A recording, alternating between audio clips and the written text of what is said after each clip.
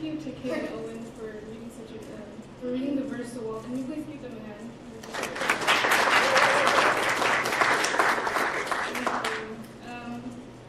So the theme of our message today is honor God, and specifically we're going to be reading from the book of we read from the book of Ecclesiastes, chapter 12, verse 9 to 14.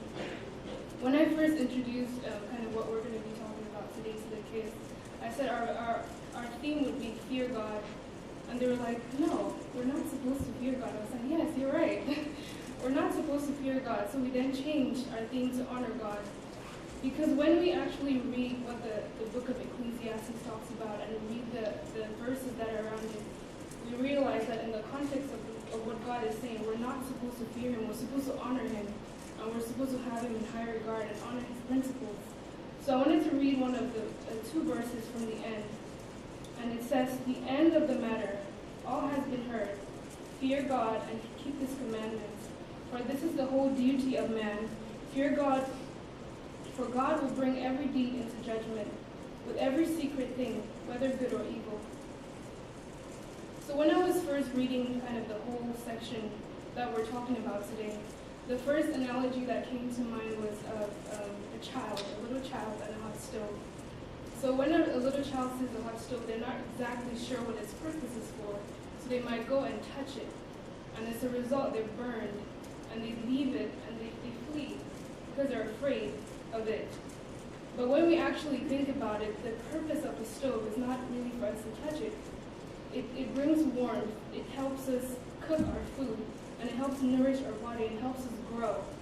So sometimes when God gives us certain things and we misuse them, we become afraid, and it actually causes a lot of pain to us. So, and also relating it to the story of Jonah. Jonah was actually a man of God, and he very much respected God.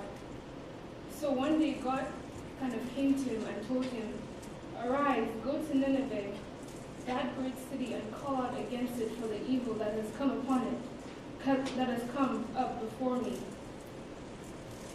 But in Jonah's kind of intimidation, he decided to flee because he didn't realize that, he didn't think he was worthy. He didn't think that he could be called to do such a great thing, to get a whole city to change their ways and to follow the principles of God. He was looking at himself, not looking at what, the greatness that God could actually do through him. So he decided to flee to Tarshish instead of going to Nineveh as God had called him to. So on his way to Tarshish, kind of in the middle of his journey, in the sea, a great storm came upon the ship, and it was going to take everything down. So everyone on the ship was running up and down. They were all praying to their gods, asking, please help us, please stop the storm. But to their dismay, nothing happened. So Jonah had gone to the bottom cellar, and he was fast asleep. So they all went down, and they went and they woke him up. They said, why are you sleeping?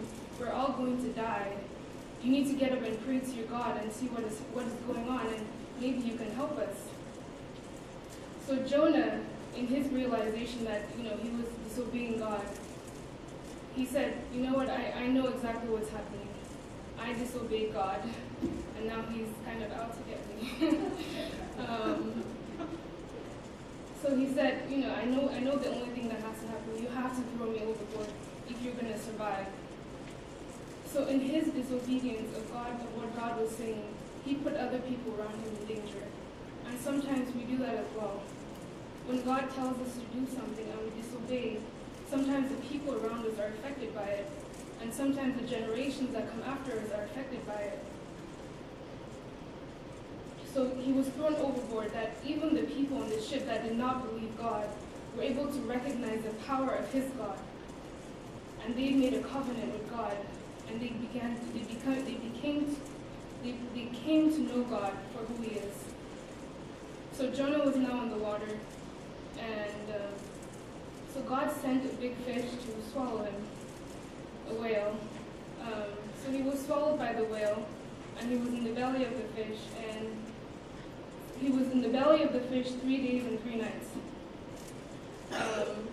So he began to pray to God. He said, God, I am sorry. I know I have wronged you. You sent me to a certain task, but in my disobedience, I decided to do what I wanted to do. So God heard his prayer, and he had said that he would then go to Nineveh. So God heard him, and then he ordered the fish to vomit him upon dry land. So then now he went back to Nineveh, and he was able to speak. He was able to speak to the people of Nineveh and help them come back to God.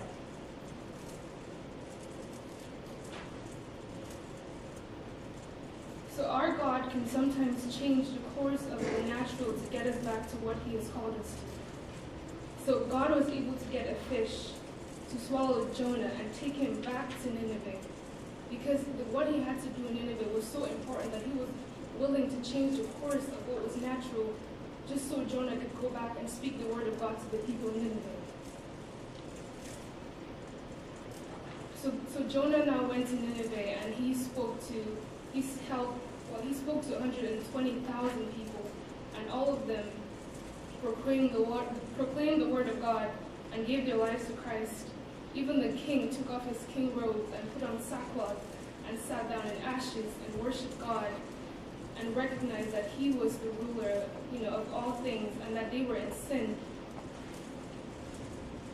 So all of this in saying that we do need to obey God.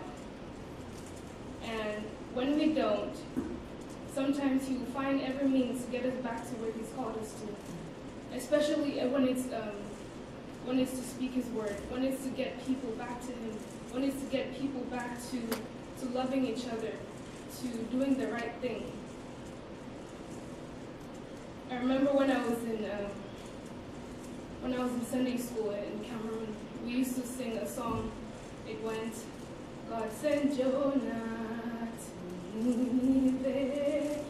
Jonah thought that he could run away. Sorry.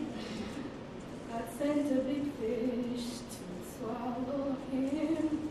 Jonah went right back to Nineveh. So sometimes in everything we do, God is still going to find a way to get us back. So in the end of everything, we just have to honor him and all that he says. And we have to read his word and know what he says about us and how we should conduct ourselves as Christians. This is the word of God.